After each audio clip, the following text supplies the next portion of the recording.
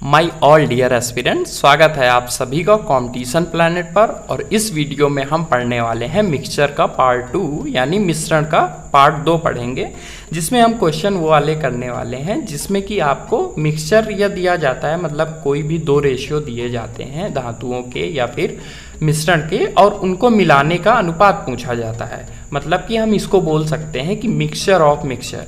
तो ऐसे क्वेश्चन हम देखेंगे और इसका बेस्ट मेथड देखेंगे जिसको यूज करके आप क्वेश्चन को विद इन टाइम, मतलब कम से कम समय में सॉल्व कर पाएंगे। तो इसमें ज़्यादा कोई कॉन्सेप्ट नहीं है, हम क्वेश्चन से देखते हैं। तो फर्स्ट क्वेश्चन से स्टार्ट करते हैं।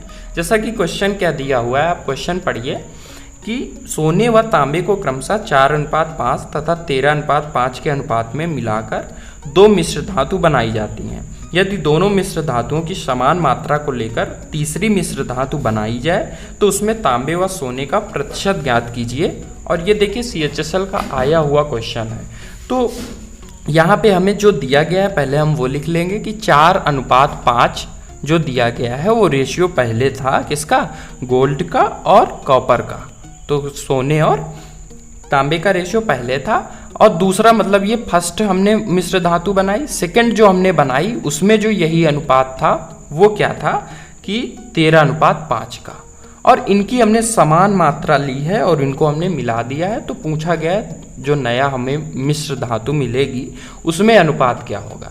अब देखिए, जब अगर क्वेश्चन में ही बोल दिया है, अब इन क्वेश्चन के लिए बस एक चीज़ आपको ध्यान रखनी कि हमें जो वैल्यू दी जाती है रेशियो में वो हमें समान कर लेनी। क्यों? क्योंकि हम 2 गुना 3 गुना या समान तभी कर पाएंगे जब वो हमें समान दिया जाएगा, मतलब हम समान देख पाएंगे।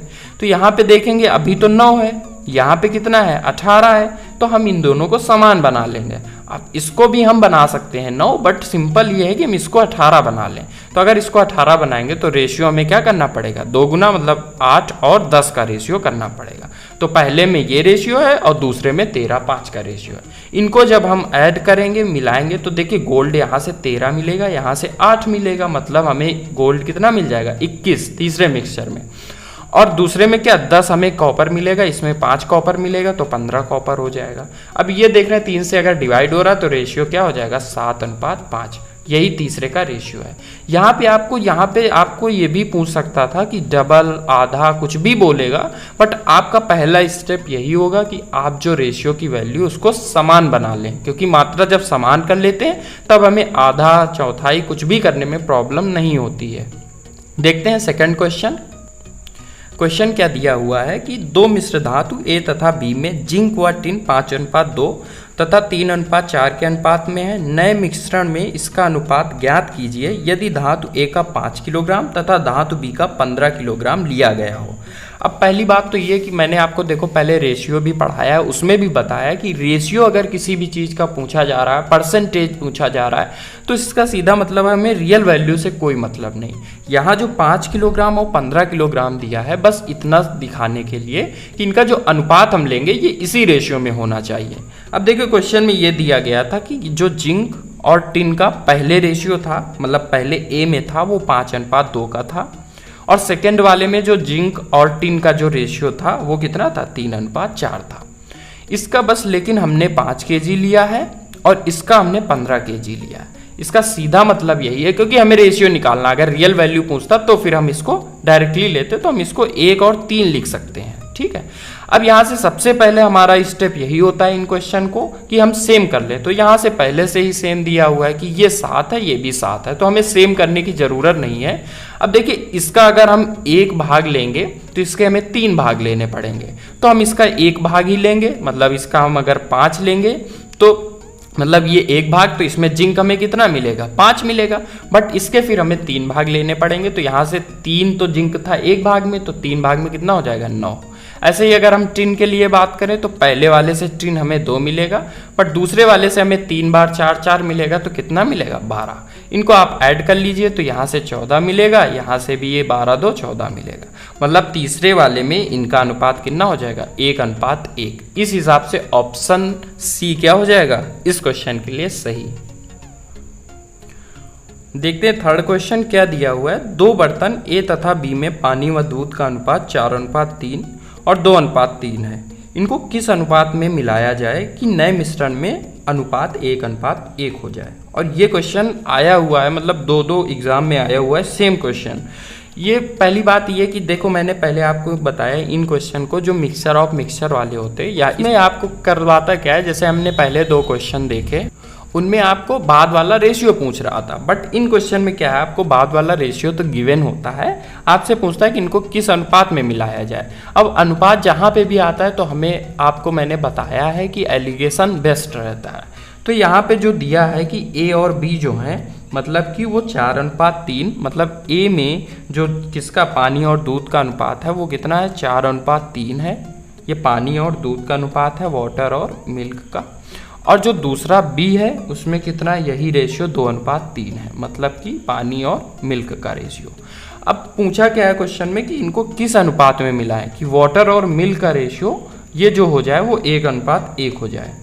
तो सबसे पहला स्टेप हमारा यही रहता है कि हम जो वैल्यू मान लें सेम। अभी हम ये क्या मान ले रहे हैं कि ये सारे क्या है, सेम है। तो अगर इसको सेम माने तो ये अभी तो 7 है, ये 5 है और ये 2 है।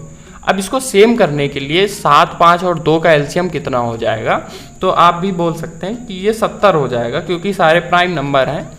तो इसमें हमें 10 से मल्टीप्लाई 70 बनाने के लिए, इसमें हमें 14 से मल्टीप्लाई, और इसमें हमें किससे मल्टीप्लाई कराना पड़ेगा, 7×35 से।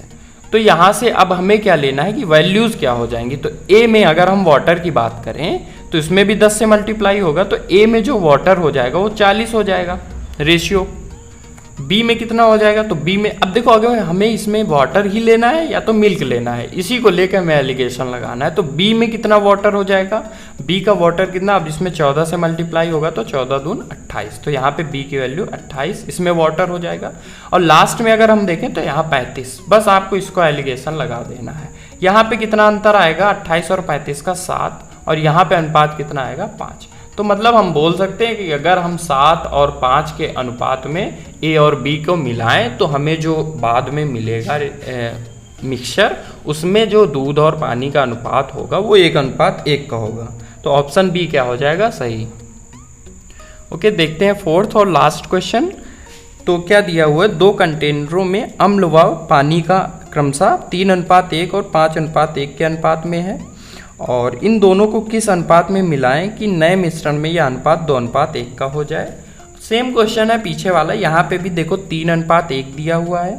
अब देखिए अगर ये सेम है 3:1 और 5:3 और इसके बाद 2:1, तो हमें करना क्या है कि सबको पहले समान बना लेना है, क्योंकि तभी हम क्वेश्चन को सॉल्व कर पाएंगे। हम पहले ये मान लेते हैं कि तीनों जो अनुपात दिए, मतलब तीनों मिक्सचर जो हैं वो सेम थे, तभी हम ये क्वेश्चन सॉल्व कर पाएंगे। तो यहाँ पे हमने देखा कि अभी तो ये 4 है, अगर वैल्यू देखें रेशियो में तो ये 8 है और ये 3 है। तो आपको देखिए इसका एलसीएम कितना हो जाएगा, तो 8 और 3 24, इसका एलसीएम लेना पड़ेगा। तो 24 अगर सबको बनाना है तो इसमें हमें 6 से मल्टीप्लाई कराना पड़ेगा, इसमें 3 से और इसमें कितने 8 से। तो अगर हम सबसे मल्टीप्लाई कराएं, अब देखो ये जो अनुपात था वो किसका था, अम्ल और पानी का, एसिड और वाटर का। अब पहले क्वेश्चन में हमने किसका वाटर लिया था, अब कि हम एसिड लेके करेंगे कि यहाँ पे अगर हम रेशियो देखें एसिड का अब कितना हो जाएगा, तो 36:18 हो जाएगा पहले वाले में। दूसरे वाले में एसिड अगर हम देखें, ये एसिड और वाटर, तो 3 से मल्टीप्लाई होगा तो ये 15 बन जाएगा। और तीसरे वाले में देखें तो 8×2 16, तो ये 16 हो जाएगा। बस इन्हीं का हमें एलिगेशन लगाना है। 15 और 16 का अंतर कितना, 1, और 18 और 16 का अंतर 2। तो 1:2 में अगर हम दोनों मिश्रणों को मिलाएंगे अम्ल और पानी के, तो हमें जो अनुपात मिलेगा वो 2:1 का मिलेगा। तो इस हिसाब से ऑप्शन बी क्या हो जाएगा, सही। वीडियो देखने के लिए धन्यवाद दोस्तों, और अगर कॉन्सेप्ट और क्वेश्चंस अच्छे लगे हों तो वीडियो को लाइक करें और चैनल को सब्सक्राइब करें ऐसी ही और वीडियो देखने के लिए।